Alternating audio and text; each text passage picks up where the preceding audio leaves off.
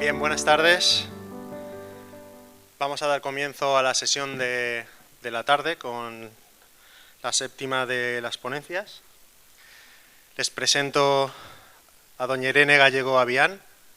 El título de su ponencia es "El agresor también es víctima, el doble rol en dinámicas de violencia".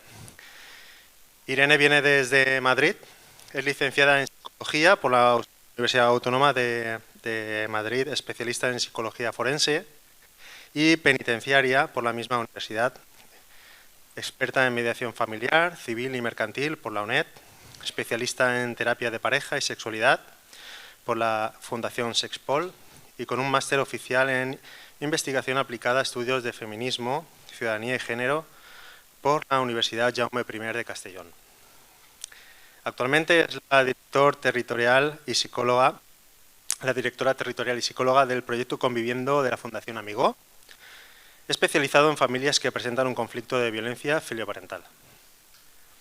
Con experiencia previa como técnica de libertad vigilada en la Agencia para la Reeducación y Reinserción del Menor Infractor y en instituciones penitenciarias desde el año 2009. En el ámbito formativo e investigación es formadora en género en la Fundación para la Convivencia Espacia desde el año 2012, principalmente de profesionales y funcionariado. Es tutora externa y formadora para el alumnado de la Universidad Complutense de Madrid, Universidad Rey Juan Carlos, Universidad Pontificia de Comillas y la Universidad Europea de Madrid. Y participa en la presentación de comunicaciones y pósters en congresos nacionales e internacionales con sus posteriores publicaciones. Bien, Irene, es todo un placer tenerte aquí con todos nosotros y con todas nosotras. Gracias por haber aceptado la invitación. Y nada, espero que disfrutes de tu estancia aquí en Nules y de la ponencia. Muchísimas gracias. Adelante. Bueno, muchas gracias a los organizadores, las organizadoras y en especial a Joseba, que lleva muchos años, ¿no?, haciendo estas jornadas. Llevamos toda la mañana pues con muchas ponencias, con muchos datos, con muchas cosas nuevas que nos llevamos y esta es como la peor hora, ¿no? Entonces vamos a hacer como una ponencia más reflexiva, ¿vale?, basada obviamente en lo objetivo y en los datos, pero pues para llevarnos eso que digamos, uy, pues hay algo más, ¿no?, más allá de la violencia filioparental. Si os fijáis, de todas las ponencias siempre hay como un leitmotiv, ¿no?, esa banda sonora que está durante toda la película, que a veces va más rápido, que a veces es más grave, que a veces es más aguda, pero está por detrás, sea desde el ámbito jurídico, desde el terapéutico, desde el judicial, desde protección. Entonces, todo eso que nos une tenemos que conocerlo y hay que especializarse, pero luego todos tenemos que ir como a la especificidad, ¿no? Yo digo, cuando el agresor también es víctima, ¿no?, la violencia sale de la nada, es raro. Yo siempre digo que una persona violenta lo que está demostrando es que es una persona con la autoestima baja e insegura, ¿no? Yo no necesito gritar para dar mi opinión o defenderla o decir algo que no me ha gustado, ¿vale? Tipos de violencia, todos conocemos, siempre hemos visto esa tipificación, ¿no?, física, psicológica, sexual, bueno, dependiendo de a quién se dirige, pues la autodirigida, autolesiones, ideación suicida o suicidio, interpersonal, ¿no?, la de otra persona, y desgraciadamente pues la colectiva, que ahora tenemos varios conflictos armados en el mundo. ¿Qué es la violencia filioparental? Pues es interpersonal, ¿vale?, está en el ámbito familiar, pero puede coexistir con otros tipos de violencia, tanto autodirigida como otras interpersonales como el acoso escolar, ¿no?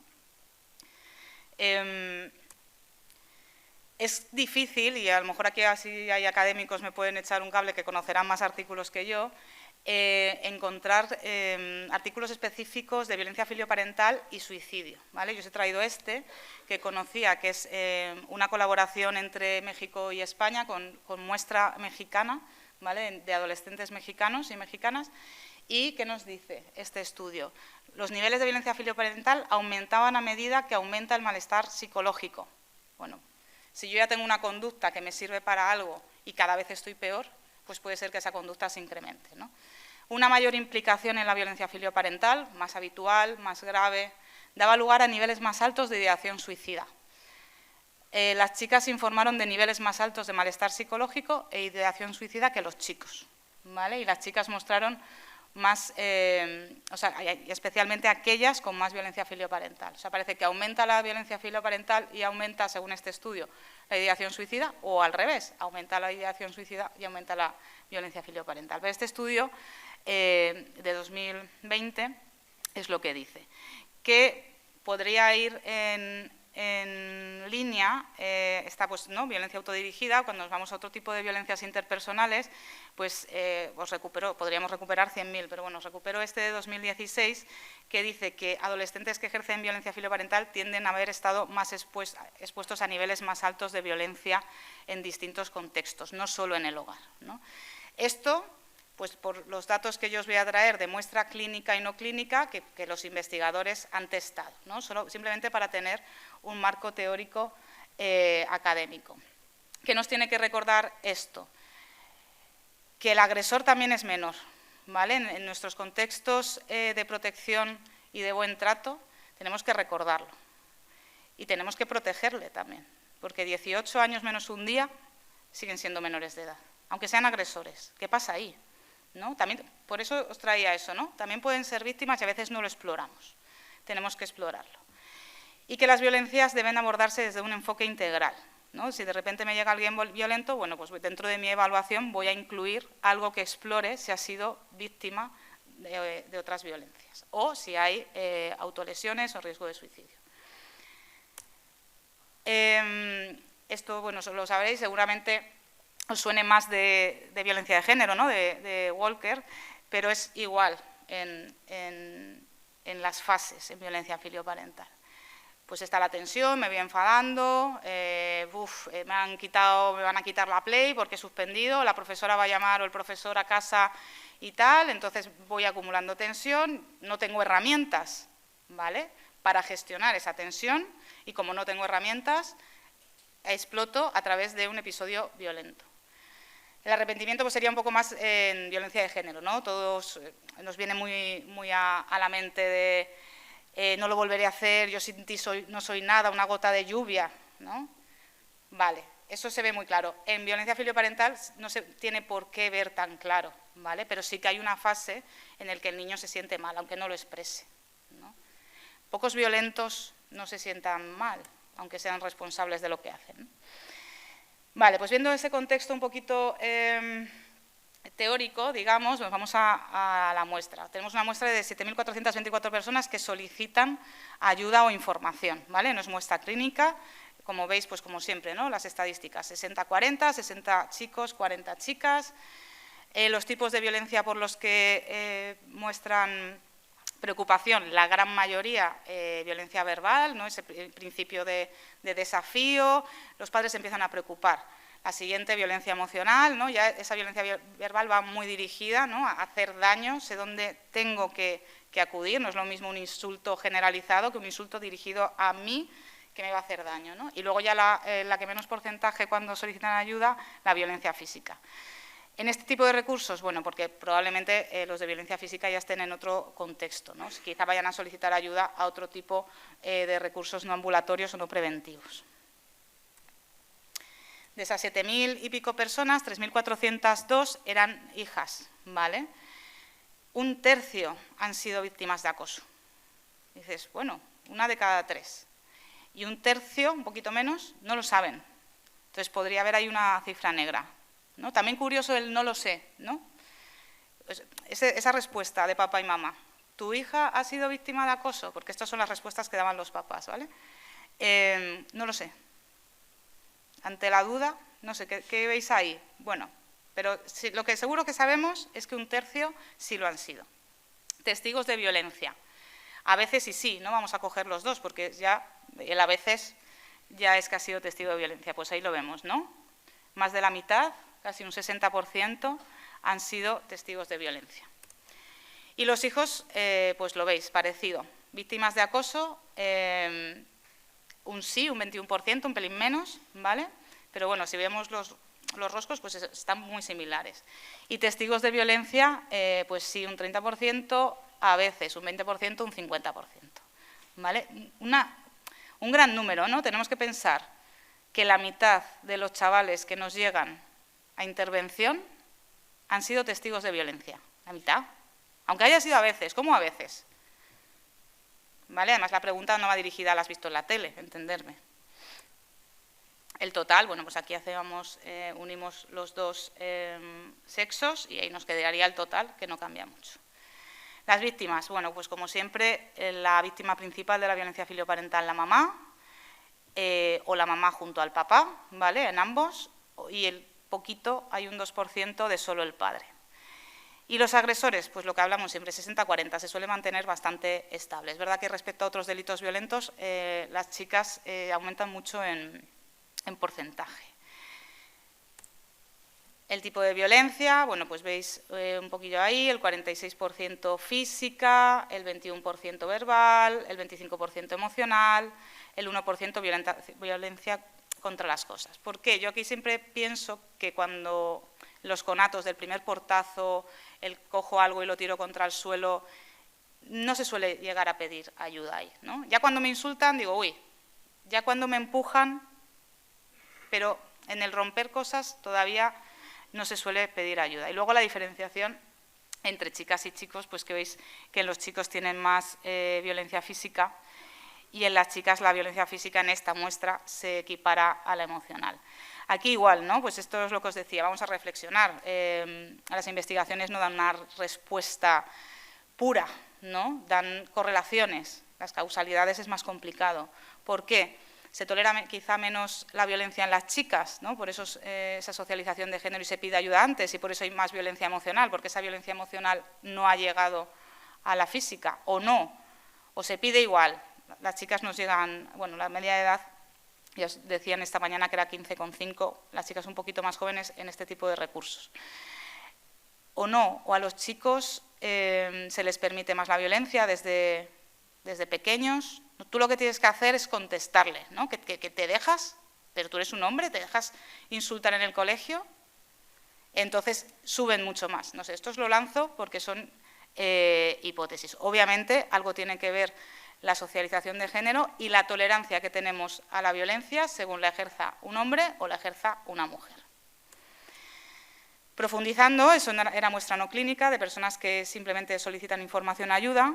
En una muestra clínica ya de personas que vienen a intervención ya con violencia instaurada, pues vemos que se mantiene más o menos igual. Sufren acoso un 30%, lo que os decía, un tercio, y en este caso no hemos explorado otras violencias, pero sí que hemos explorado la violencia de género, pues el 17% habían sido víctimas de violencia de género, los hijos.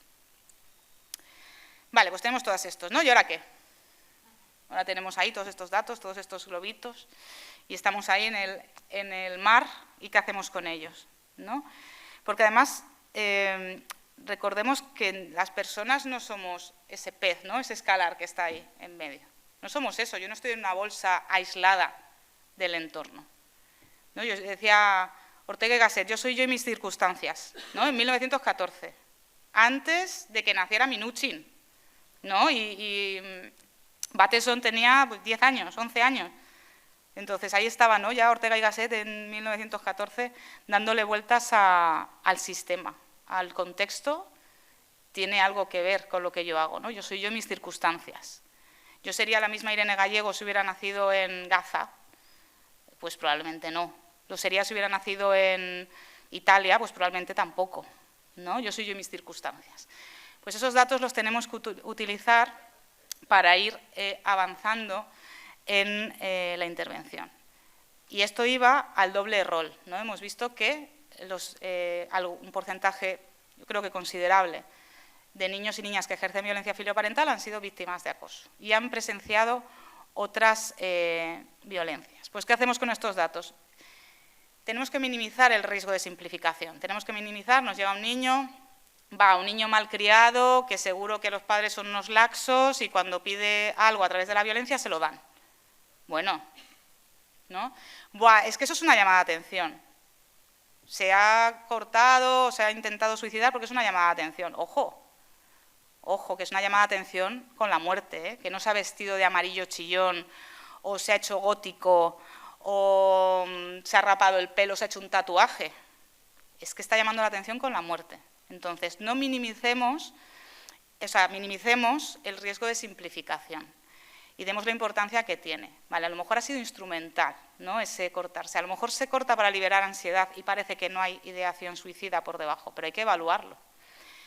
Y lo podemos, o sea, nosotros lo podemos detectar, pero lo tiene que evaluar un médico. Yo siempre digo, ahí la coordinación siempre con salud mental, ¿no? Un niño viene con, bueno, pues tú lo notas, ¿no?, con pensamientos algo distorsionados, con un estado de ánimo muy bajo. Oye, tú con esos pensamientos y estando así tan triste, ¿alguna vez has pensado en hacerte daño? No te suelen decir sí.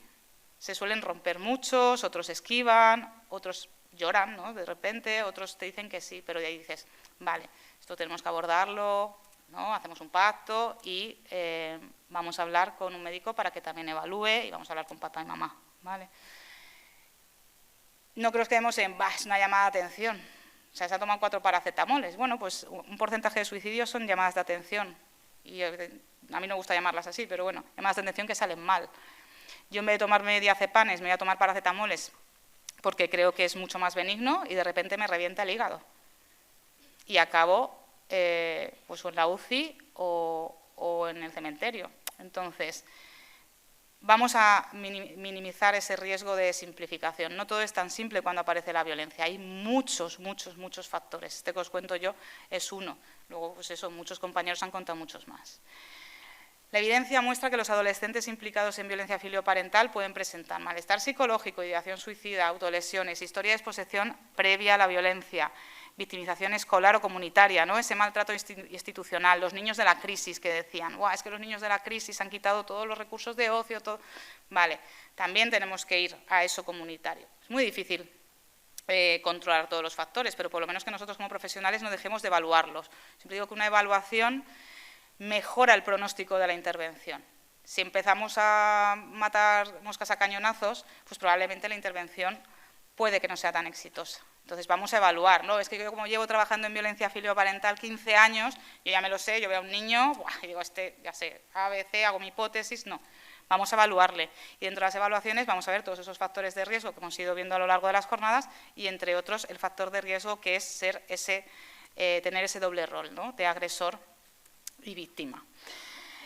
La violencia, os decía al principio, no surge en el vacío. Yo no me levanto un día y digo, soy violenta, oye, pues no, pasa algo, ¿no? Se va forjando y se contextualiza. Yo a lo mejor soy violenta en casa, ¿no?, siendo una niña que ejerce violencia filioparental y en el colegio soy estupenda, o no, ¿vale?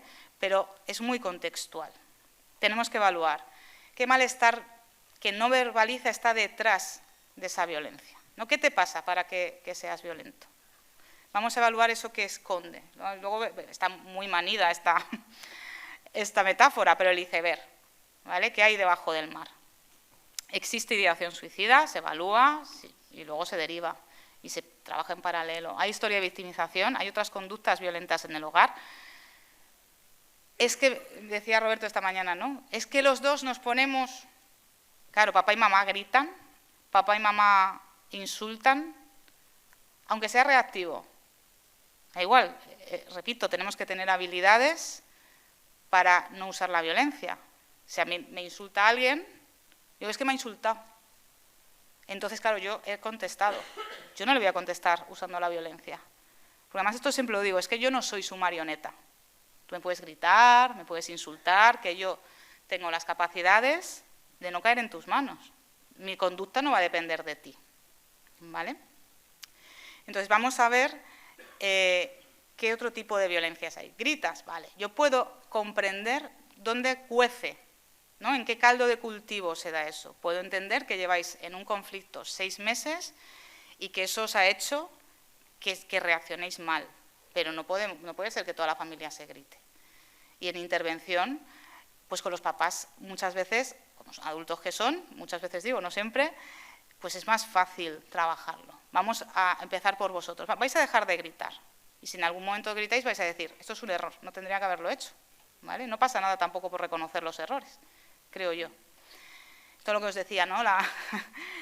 El iceberg que se usa para casi todo, y eso que casi no nos queda hielo en el mundo, Pues ahí está, ¿no? ¿Qué se ve? Pues el síntoma, se ve la fiebre, ¿no? Lo que se cura con paracetamol, y cuando nos quitamos el paracetamol, si hay una enfermedad por debajo, pues vuelve a salir la fiebre, ¿vale? ¿Qué vemos? Los insultos, las amenazas, eso en la evaluación igual. ¿Qué vemos? Los problemas llamativos, ¿no? Vemos un divorcio, vemos pobreza, vemos adopción, ¿no? Entenderme que no es un problema eso, pero sí está, lo vemos ahí como muy llamativo en la evaluación. Vamos a ver qué hay de dinámica familiar, ¿vale? Esa parte no visible. Y vamos a evaluar, pues eso, a nivel familiar, a nivel escolar, puede haber bullying, lo ha podido haber, esa desmotivación de dónde viene, en el nivel familiar. Hay violencia previa, hay conflictos comunitarios, lo que os decía, ¿no? La desigualdad, el maltrato institucional, el contexto, ¿vale? Lo que os decía de las bolsitas, de verdad que es que nos podemos ir al monte de ermitaños a quiero una desconexión, y va a seguir siendo contextual, porque me va a cambiar ese contexto respecto a la ciudad, ¿vale? La violencia puede estar funcionando como, voy un poco rápido porque me gustaría que tuvierais 5 minutillos de preguntas. Demanda desesperada, ¡hacedme caso!, ¿no?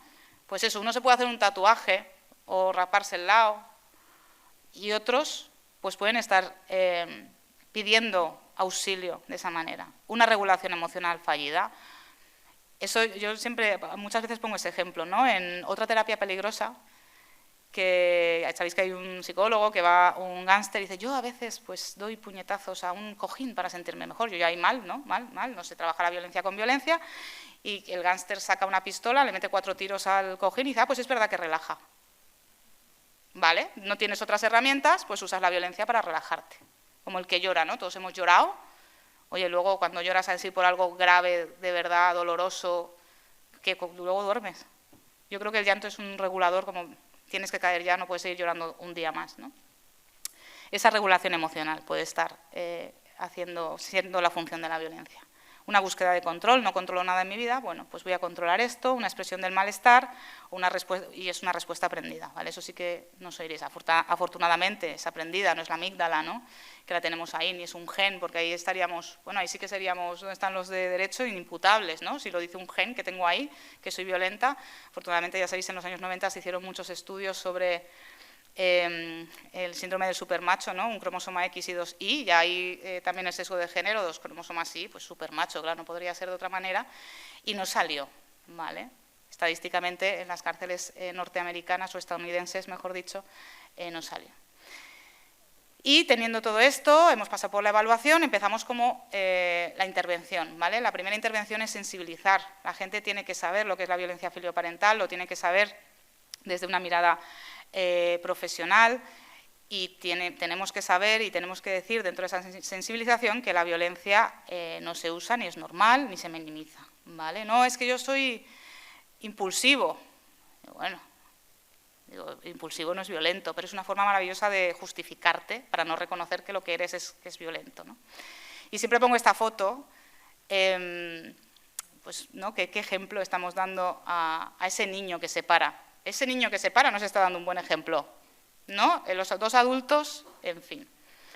Pues esa parte de sensibilización, de seguir yendo a los sitios, hablar de violencia filioparental, de violencia en general, bueno, que empecemos a tener en mente que en las familias no se grita, que en las familias no se empuja, y que nosotros nos protegemos de la violencia y ponemos límites a la misma. Prevenir, ¿vale? Ya yendo como a una población, digamos, potencial, ¿no? De víctimas y victimarios, pues adolescentes y papás y mamás de adolescentes o de preadolescentes, intentando generar esa cultura de buen trato, que he hecho ahí, claro, esto es muy rápido, pero he hecho ahí como una señal, ¿no? Siguen siendo menores, bueno, pues vamos a intentar, ahora que no ha aparecido la violencia filioparental, pero que bueno, que hay algún factor de riesgo, aunque solo sea la edad, a instaurar una comunicación positiva, que Ana nos contaba, ¿no? Tan importante. Yo cuando llegan ahí de muchas intervenciones y se sientan y no saben hablar, digo, uy, paso número 1, ¿no? Que aprendan a hablar. Y luego lo decía también alguien en una ponencia, que aprendan a hablar y luego que aprendan a hablar del conflicto. Es decir, ves que se va tal, eso es huir. ¿Y quién huye? Las personas que no tienen la autoestima suficiente como para afrontar, ¿vale? Huir de estas cosas, no estamos hablando de un león donde nuestra vida corra peligro. Y pongo a Ira, ¿no? desde el revés, porque la ira es una emoción, la violencia no. Yo me enfado mogollón, no sabéis, todos los días, pongo la tele y dependiendo de qué canal dices, uff, pero eso no quiere decir que le lance un ladrillo a la tele, ¿vale? No es razonable, nunca, nunca, excepto en la legítima defensa. Es aprendida y lo podemos evitar y cambiar y causa daño, ¿vale? Yo si miro mal a alguien, ya estoy intentando que el otro se sienta mal. Luego ya pasaríamos a la intervención, la temprana, cuanto antes mejor, ¿vale? Mucho mejor a los 12 que a los 14, mejor a los 14 que a los 17 y mucho mejor menores que mayores de edad. Bueno, pues eso, no minimizar esos gritos, ese desafío, esa desobediencia, ¿vale? La desobediencia no tiene por qué ser violencia, pero bueno, empieza a aparecer junto con 2 gritos, con un insulto, ¿vale? Una humillación verbal. Más del 80% de las familias buscan información o solicitan ayuda en esta fase, pues vamos a actuar ahí, ¿no? Pero como nos vamos todos a matacaballo, pues voy a coger el grave, que hay violencia física, bueno, vamos a intentar también dar respuesta a estas personas. La intervención, bueno, pues también se ha hablado esta mañana en varias ponencias, bueno, pues ya lo sabemos, ¿no? Hay que responsabilizarse, hay que implicar a toda la familia, y también salía por ahí alguna vez esta mañana, cuidado con las indicaciones, ¿vale? Me han dicho que somos unos flojos, esto es real, por eso lo pone entrecomillado, he sentido mucho paternalismo. El paternalismo es una forma de violencia, creo, también. Si su hijo no cambia, irá mal aquí y en todos sitios, necesita un centro. Hombre, que los centros semiabiertos y cerrados no son la solución, ¿vale? Son algo que está por si se necesita, pero no podemos decir que eso es lo único que lo va a solucionar, porque sabemos y nos consta, pues eso, que los grupos de convivencia, que las libertades vigiladas, que los programas especializados funcionan, ¿vale? Y hacer un itinerario individualizado. Igual que hacemos una evaluación, obviamente todos nos basamos en un modelo, tenemos unas formas de evaluar, pero tenemos que ir dirigiendo, ¿no?, a las familias que nos llegan. Tenemos el marco teórico, tenemos los pilares, pero luego la casa la construimos o de piedra o de ladrillo, ¿vale? Entonces vamos a hacer ese itinerario individualizado, con un diagnóstico, con unas metas y si puede ser con un seguimiento para ver el mantenimiento de los cambios. Y después de todo esto, pues seguimos actuando, y por eso estas jornadas es la 7ª edición, ¿no? Y habrá 8ª y 10ª, y ojalá algún día no venga y en vez de guerra hablemos aquí de paz, pero por el momento no tiene pinta que eso se vislumbre. Entonces vamos a seguir actuando, vamos a compartir saberes, vamos a compartir prácticas, vamos a llamar a compañeros si tenemos dudas, vamos a tomar conciencia y vamos a intentar dar nuestro pasito para el cambio. ¿Vale? Un menor que ejerce violencia filioparental también puede ser víctima y poder estar reproduciendo la violencia aprendida o respondiendo a otras experiencias violentas, intentando gestionar esa tensión que les genera. Eso no elimina su responsabilidad. Siempre me oiréis decir que el único responsable del que ejerce violencia es el que ejerce violencia, ¿vale? Otra cosa es donde, pues eso, lo que os decía del contexto, cómo se cuece, qué lo facilita, qué lo dificulta, más hablando de este tipo de violencias. Modifica, eso sí, la forma en que tenemos que intervenir. Y siempre me gusta acabar, esto los que me habéis visto alguna vez, con una frase, en este caso de Maya Angelou, para los del ICE, estadounidense negra: haz lo mejor que puedas hasta que sepas más, y cuando sepas más, hazlo mejor.